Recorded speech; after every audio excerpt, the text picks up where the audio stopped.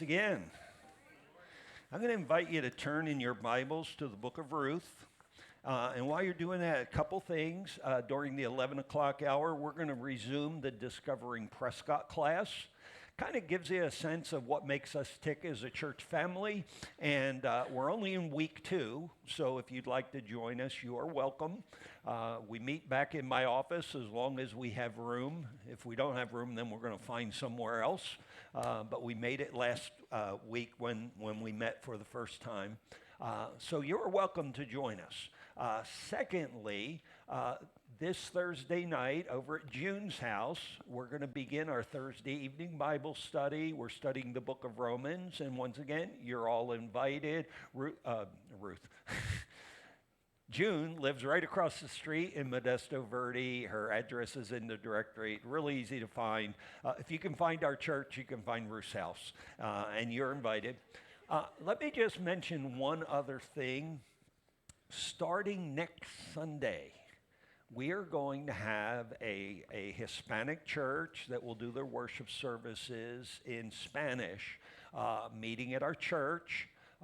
Right now, their service is being planned for 12 to 1 or 2, sometime after we're done. And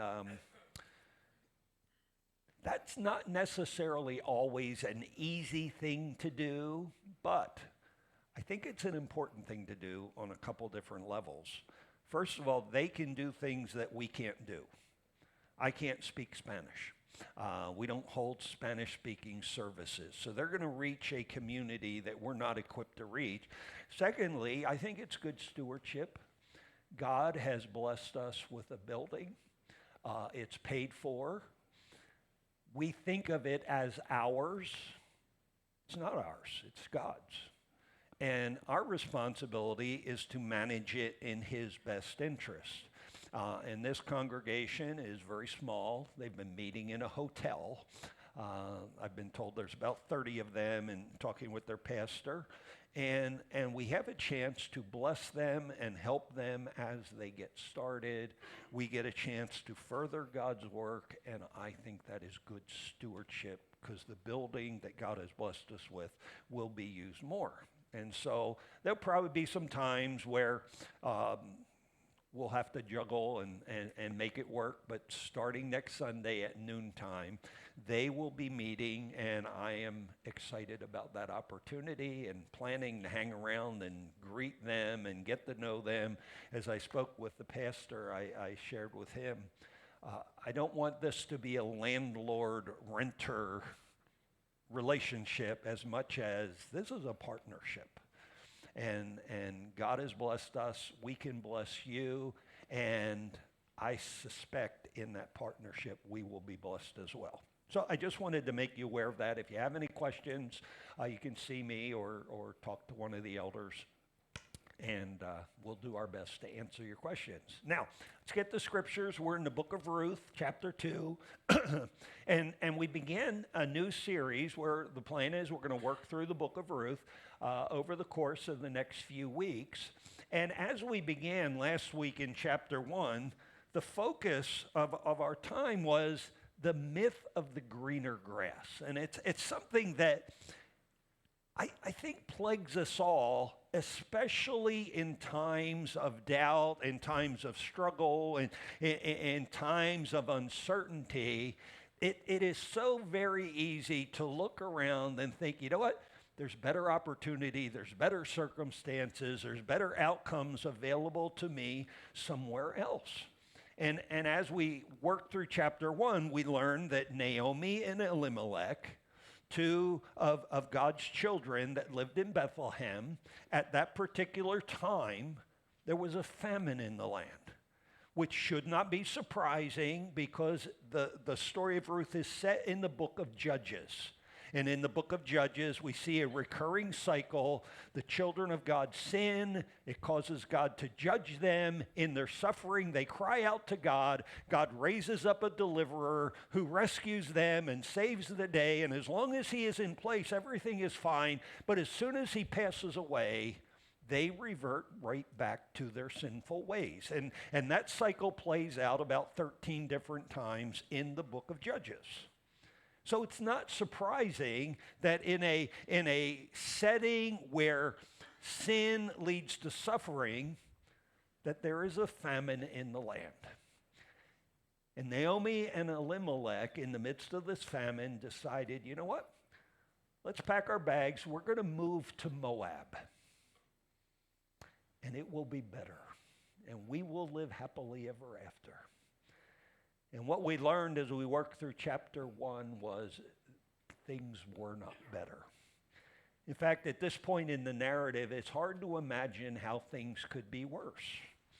Naomi was in Moab about 10 years, and in those 10 years, first her husband died. Then her 2 sons died. And now she has returned to Bethlehem with one of her daughter-in-laws.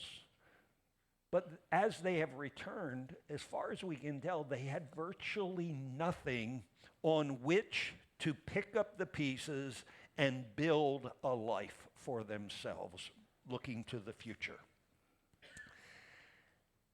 So things are not looking too optimistic.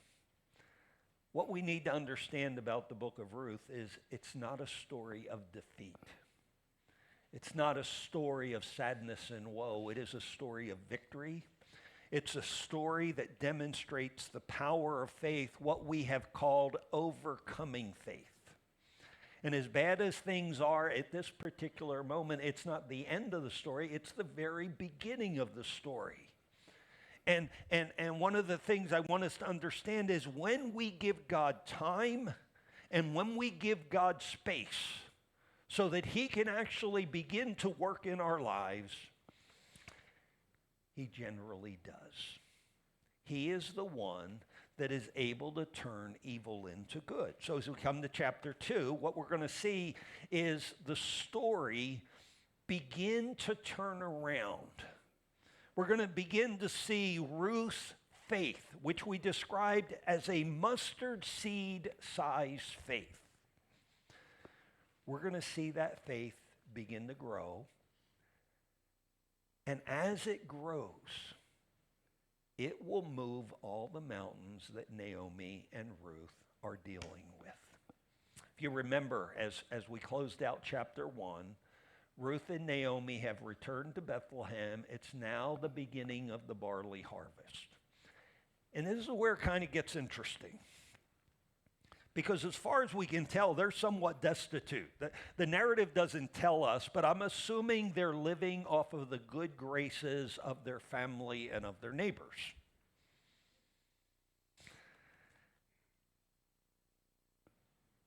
And things are hard. They don't have much at all. Now, in our society, we have a social network that resources would be available for someone like Ruth and Naomi. But we're talking about ancient Israel. And no such safety net existed, but in the law, there were provisions for the poor. We're going to see them as we work through chapter 2. This is where the story begins. They've returned to Bethlehem. They have nothing, but there are provisions available so that things can begin to look up. I think I should have been pushing the button, and I did not. Things are looking up. So let's get started. We're going to begin our study in the first 2 verses where the story introduces 2 norms in this culture that you may not be all that familiar with. So we start in verse 1. Now Naomi had a relative on her husband's side, a man of standing from the clan of Elimelech, whose name was Boaz. And Ruth the Moabite said to Naomi, "Let me go to the fields and pick up the leftover grain behind anyone in whose eyes I find favor." And Naomi says to her, "Go ahead, my daughter." Now, as we begin to break this down, the first norm, if you will, of this culture that we're probably not all that familiar with is what is often referred to as a kinsman redeemer. And it's introduced in Deuteronomy 25, verse 5. And every time I read this, I think about my brother and his wife, and it's just like, oh, man. Anyway, if brothers are living together and one of them dies without a son, his widow must not marry outside the family. Her husband's brother shall take her and marry her and fulfill the duty of a brother-in-law to her. And I can't imagine if I died what my wife would think about that. And I know what I think about that if my brother died, and it just seems like the Twilight Zone type material, or maybe Alfred Hitchcock type material. But in ancient Israel, this particular law was meant to do two things. First of all, and I've often had this conversation, why is America so blessed? Why are we so prosperous? Does God like Americans more than he likes, say, Filipinos or Ethiopians? I don't think so. Scripture makes the case that God loves all of us, right? So why are we so blessed?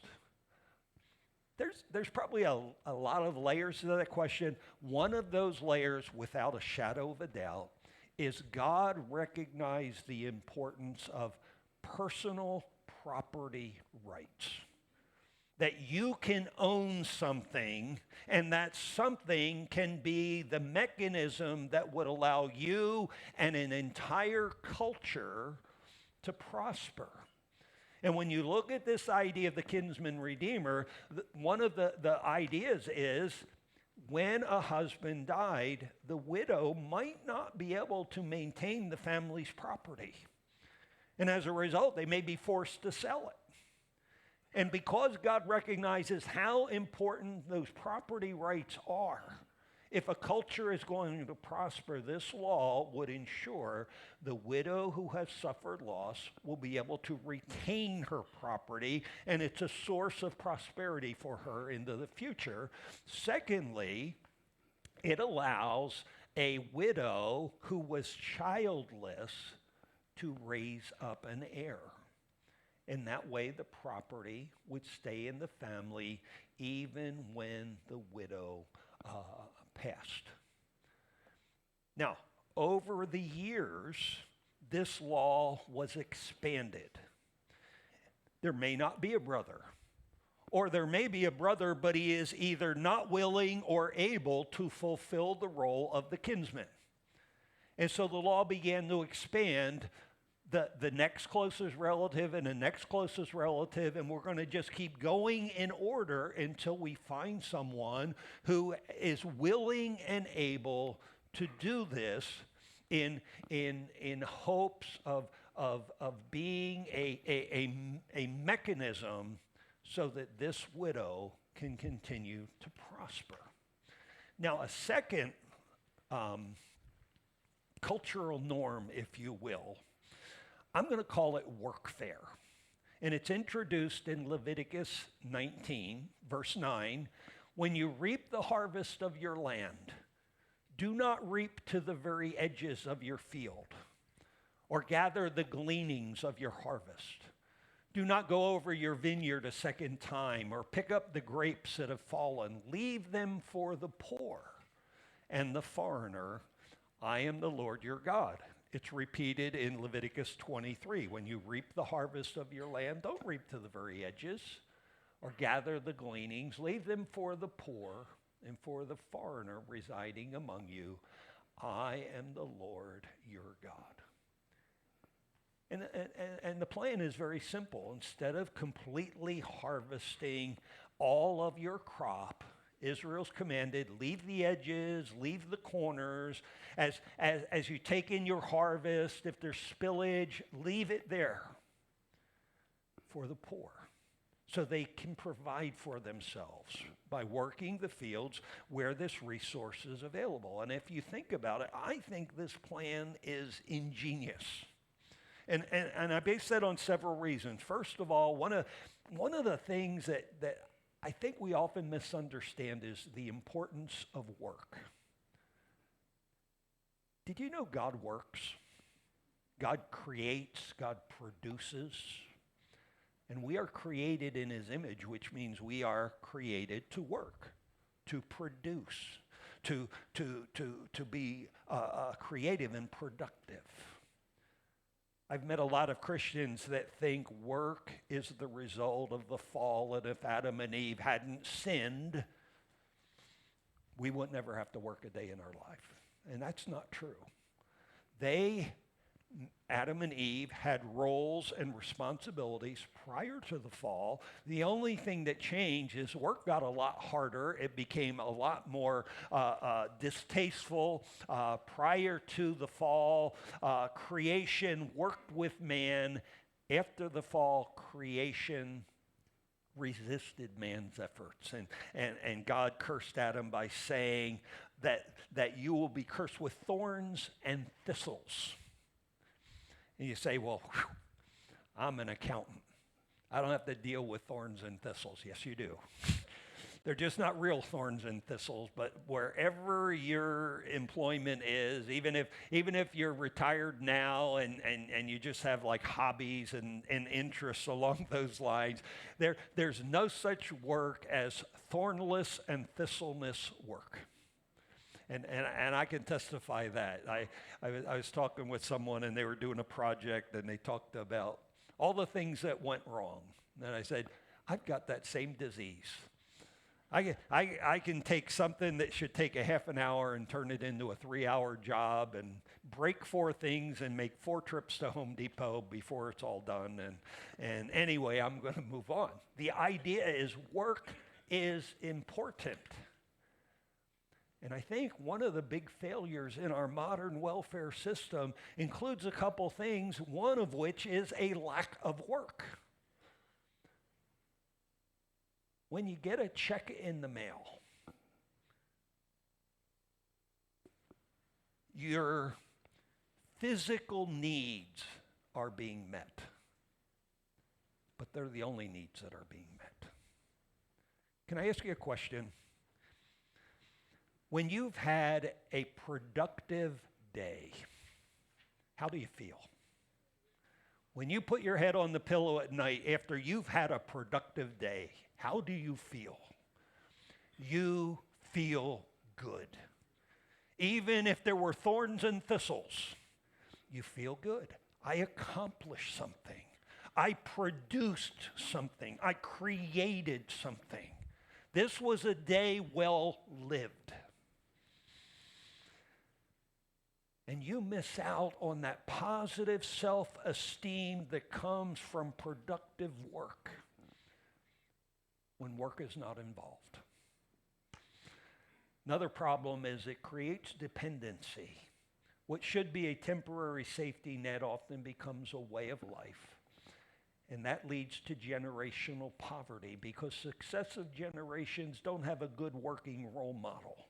So they don't develop a good work ethic. Now, I can go on and talk about the problems in our society.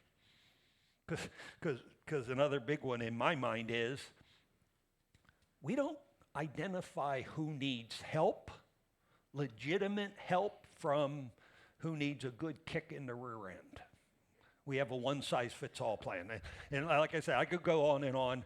I will spare you. The point is, in ancient Israel, there are provisions in the law that give Ruth and Naomi a reason to hope. And what we're about to see is this little mustard seed sized faith that Ruth had as she returned with Naomi. That mustard seed sized faith is about to pay off. So let's keep going and see how her faith is rewarded. We pick up the narrative in verse 3. So she goes out, and she enters a field, and she begins to glean behind the harvesters. And as it turns out, she was working in a field belonging to Boaz, who was from the clan of Elimelech. Just then Boaz arrived from Bethlehem and greeted the harvesters. "The Lord be with you." "The Lord bless you," they answered. And Boaz asked the overseer of the harvesters, "Who does this young woman belong to?" And the overseer replied, "She is the Moabite who came back from Moab with Naomi. She said, please let me glean and gather among the sheaves behind the harvesters. She came into the field and has remained here from morning till now, except for a short rest in the shelter. So Boaz said to Ruth, my daughter, listen to me. Don't go and glean in any other field, and don't go away from here. Stay here with the women who work for me. Watch the field where the men are harvesting and follow along after the women. I've told the men not to lay a hand on you, and whenever you are thirsty, go and get a drink from the water jars that the men have filled. At this she bowed down, and with her face to the ground, she asked him, why have I found such favor in your eyes that you notice me, a foreigner? And Boaz replied, I've been told all about what you have done for your mother-in-law since the death of your husband, how you left your father and mother and your homeland and came to live with a people you did not know before.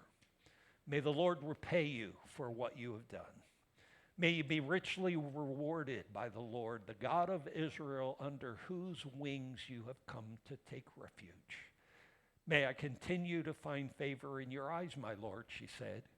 You have put me at ease by speaking kindly to your servant, though I do not have the standing of one of your servants. Now, as we begin to break this down, there's a couple things that stand out to me, the first of which is God's providence.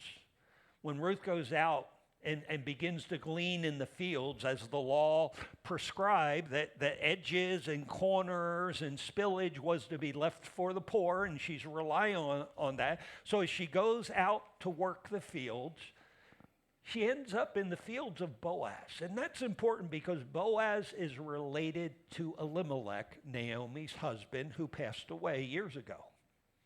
That means he's eligible to be a kinsman redeemer. Now, as far as we can tell, Ruth didn't intentionally try to find the fields of Boaz. And even if she did, I don't think she could count on the idea, well, I'll meet this guy and we'll get married and we'll all live happily ever after. I think that would be a bit unrealistic. Seems from the text, she simply went to the field, asked if she could reap, having no idea who it belonged to, and when she was given permission, she started the work. And so we could read this and we could say, well, that's just a nice coincidence, isn't it? It's possible.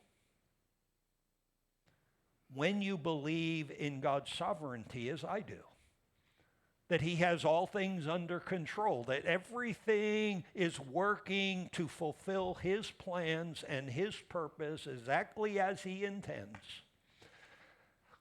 I don't see this as coincidence. What I see here is God working providentially, in this case with a specific focus on providing for Ruth and Naomi, because he sees a mustard seed size faith in Ruth. And what we learned last week is if you have that mustard seed size faith, you can say that this mountain be removed and cast into the sea, and it will be done, because faith is powerful.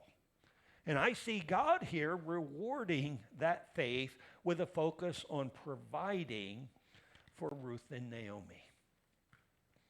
I say that because when Boaz shows up, he notices Ruth. Why?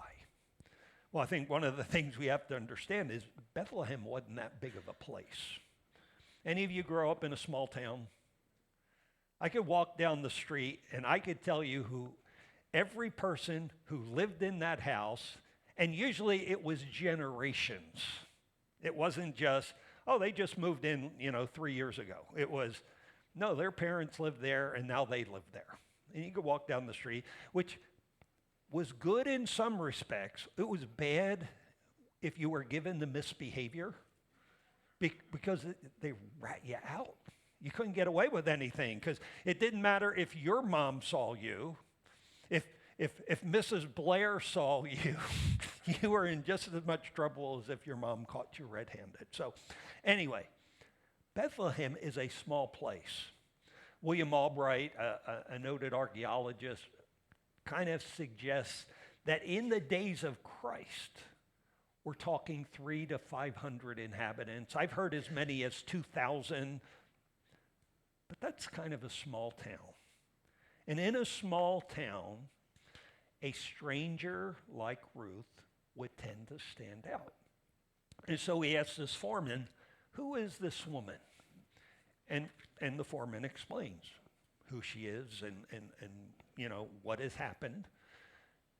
And it's interesting, in the narrative, Boaz is aware of all that has happened to Naomi, and he has heard of Ruth's loyalty and faithfulness.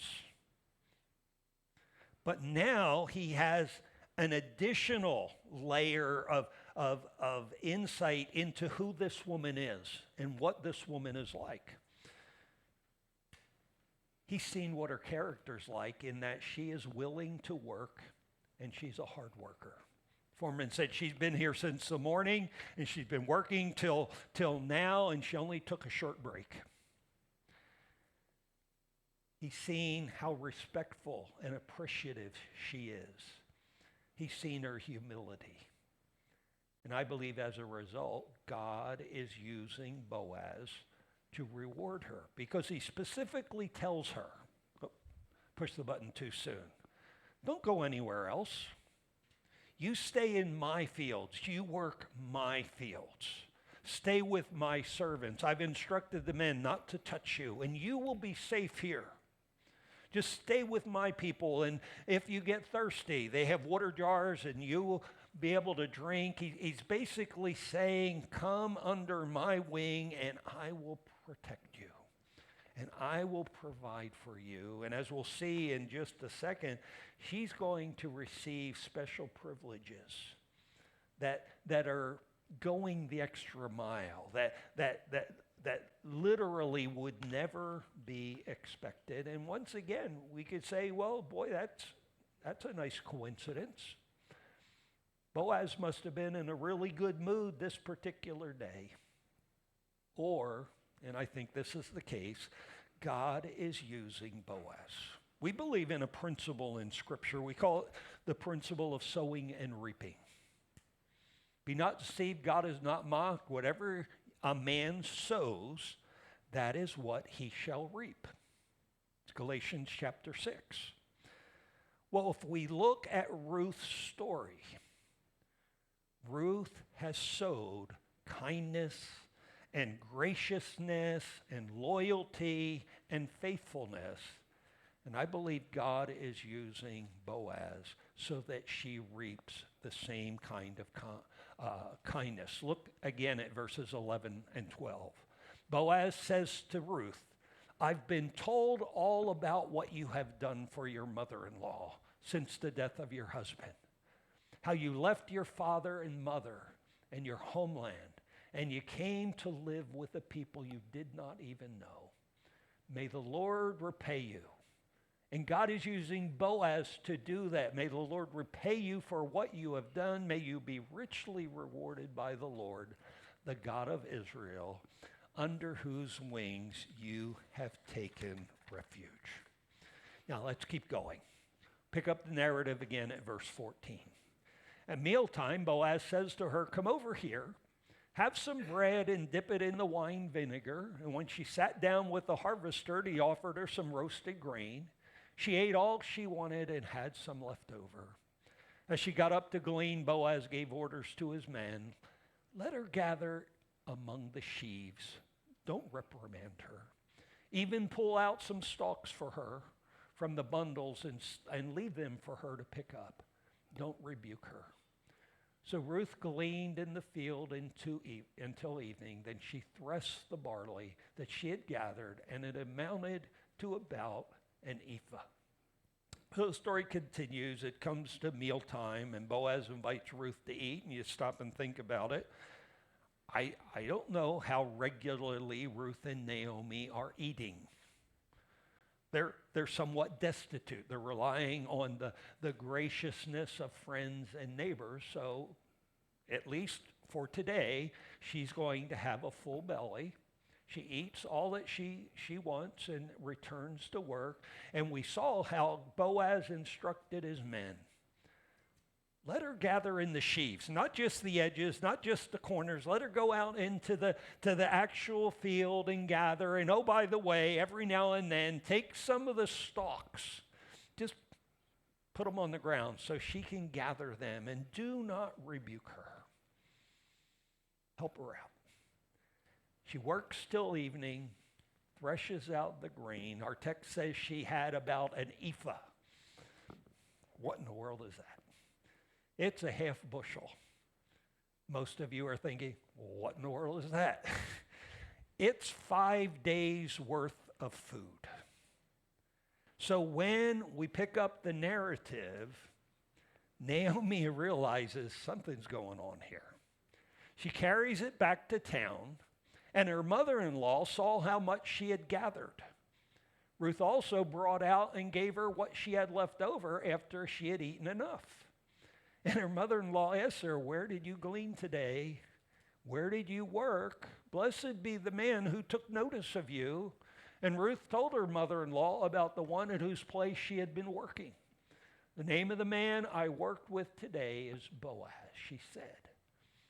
The Lord bless him, Naomi said to her daughter-in-law. He has not stopped showing his kindness to the living and the dead. She added, that man is our close relative. He is one of our guardian redeemers. Then Ruth the Moabite said, he even said to me, stay with my workers until they finish harvesting all my grain. And Naomi said to Ruth, her daughter-in-law, it'll be good for you, my daughters, to go with the women who work for him, because in someone else's field you might be harmed. So Ruth stayed close to the women of Boaz to glean until the barley and wheat harvests were finished, and she lived with her mother-in-law. After Ruth had threshed out the grain that she had gathered, and she had an ephah, she brings it home to Naomi, and Naomi immediately recognizes that's an unusually large amount. Usually you're able to gather about enough to feed yourself for that day, and then you go out and get more and go out and get more. That's usually about how it would work. So she knows something is up, so she asks, where in the world did you work today? Because she knows someone has been extremely generous and gracious. And what I find interesting, if you remember as she came back to Bethlehem in chapter 1, there's quite a stir. Again, it's a small town. She's been gone for 10 years. It's like, this can't be Naomi, can it? And Naomi means pleasant. She said, don't call me Naomi, call me Mara. Mara means bitter. She had become a bitter, broken woman. As we read in the text, she was blaming God for everything that had befallen her. She was angry with God. She was bitter. So this is an angry, bitter woman. And what I see going on here is there's a little spark. There's a little light here. I think she's sensing that God just might be at work. And things might be turning around.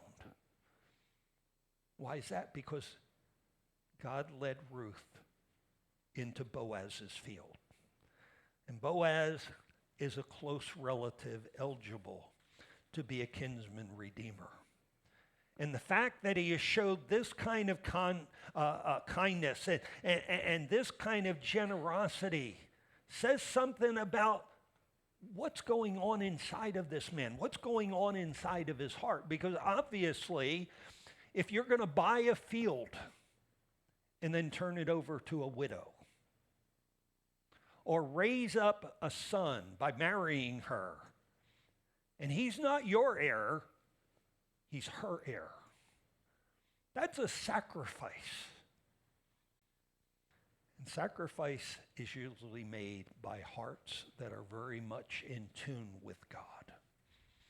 So I think she's sensing God is at work. I don't know where this is going, but God is at work. So when Naomi hears it's his name, this broken, bitter woman calls out to God to bless this man because she knows Boaz has gone out of his way. He has been kind both to the living and to the dead. And I think Naomi is starting to hope again. So Naomi counsels Ruth, continue to work his fields. One, it will be safer. But two, God is at work here. Let's see where this goes. You know, the worst thing that can happen is we'll be fed.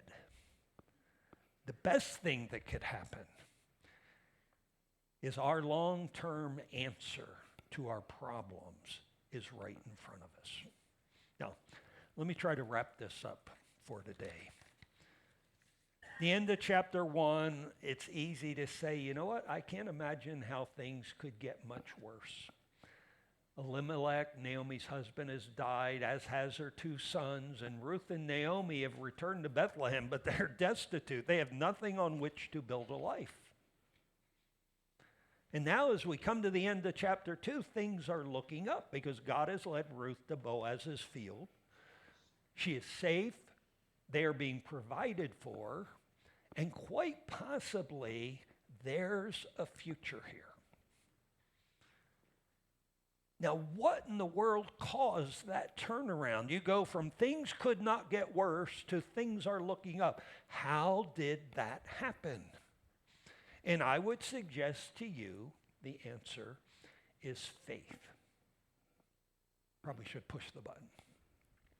But I think it's important to understand what kind of faith we're talking about. Because a lot of people have, I think, somewhat confused idea of faith. It's kind of that let go and let God with the expectation God is going to fix everything. And I believe God does fix things.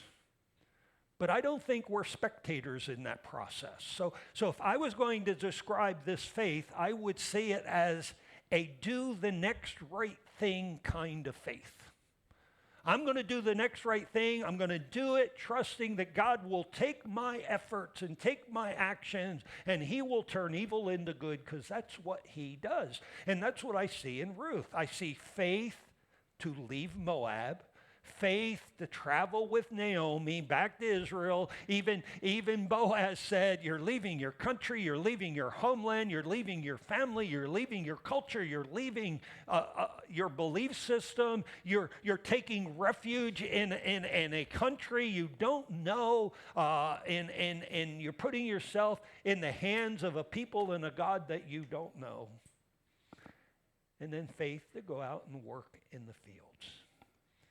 And it might not be a very large faith at the beginning. It might be that mustard seed size faith. But as we said, that kind of faith can move mountains. And as we come to the end of chapter 2, we see that faith being rewarded. And that shouldn't surprise us. Here's what God says to every single one of us. We know that in all things, God is at work for the good of those who love him, who have been called according to his purpose. When we trust God enough to obey, to do that next right thing, whatever that next right thing might be, no matter how difficult it might be to do it in the context of our lives, when we trust him enough to do it, his promise is, you know what? I'm going to work this out for your good. And what that means for us today is because we live in a broken world, it's quite possible that some of you here are struggling, you're discouraged, life is hard.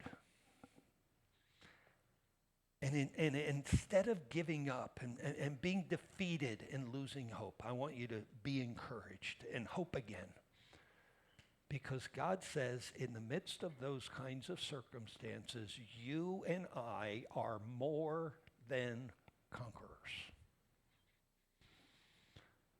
Romans 8, in all these things we are more than conquerors through him that loved us. And I don't see any small fine print after that where, except for this and this and this and this. No, we are more than conquerors in anything that life will throw at us. Jesus says to each one of us that we can do all things through Christ. I will give you the strength. Now, that doesn't mean we know how to do all things right now. We might have to learn. And that doesn't mean things turn around. The law of sowing and reaping is built in realism. You don't plant tomatoes today and expect to have fresh salad tomorrow. It takes time for tomatoes to grow. It takes time. And we give God time and we give God space to work. But his promise is, I'm going to turn it into good. You can do all things. You are more than a conqueror. So in the midst of adversity, instead of giving up, walk with him. Trust him. Because as you do, just like Ruth, your faith will be rewarded. Can we pray together? Father, this story is very different. It's set in a different time, a different place, a completely different culture. Many of the things that are happening in this culture are foreign to us. But what isn't foreign to us are some of the themes. Faith is powerful. Even a small faith is powerful. When we trust you enough to do the next right thing, you have a way of turning evil into good. The struggle may be real. The pain might be excruciating. But as the process plays out and we walk with you dependently and trusting you, and we get to the end of the struggle, we turn around, we see all the things you've done to turn that evil into good. Your fingerprints and your footprints are evident. And so, Father, my prayer for each one of us is that we would be Ruth-like. And when things are difficult, we would not give up and we would not give in. We'd wake up in the morning. We'd face the challenges of the day by doing the next right thing, trusting that you will use it. And it is my experience that is exactly what you do. You use it to make us better. May it be so in each of our lives. To the praise of your glory, I ask it. Amen.